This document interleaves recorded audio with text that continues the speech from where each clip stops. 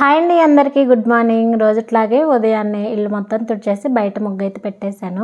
మెలికల ముగ్గు వేశాను. ఎలా ఉందో కామెంట్ చేసేయండి. టిఫిన్లోకి వచ్చేసి గోధుమ పిండి దోశ అయితే చేస్తున్నాను. అందులోకి పల్లీ చట్నీ కూడా. టేస్ట్ చాలా బాగుంటాయి ఈ దోశలు.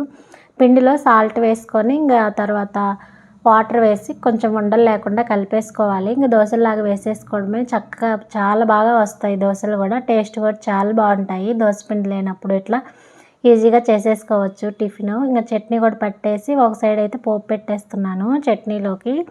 ఇంకా చట్నీలో పోపు వేసిన తర్వాత ఇంకా పిల్లలిద్దరికి మా వారికి కూడా దోశలు ఇచ్చాను. వాళ్ళు తింటూ ఉన్నారు. ఇంకా పిల్లలిద్దరు కూడా తిని రెడీ అయ్యారు. పాప స్కూల్కి కూడా వెళ్ళిపోయింది. స్నాక్ బాక్స్లో కానీ ఇద్దరికి కీరా దోసకాయ అయితే పెట్టించాను అనమాట కట్ చేసి. అవును, మీ ఊర్లో వినాయకుని సంబరాలు ఎలా జరుగుతున్నాయో కామెంట్ చేసేయండి. ఇంక రిషి సరిగ్గా టిఫిన్ తినలేదని పాలు కలిపించి ఆ తర్వాత స్కూల్లో అయితే వదిలిపెట్టేశాను.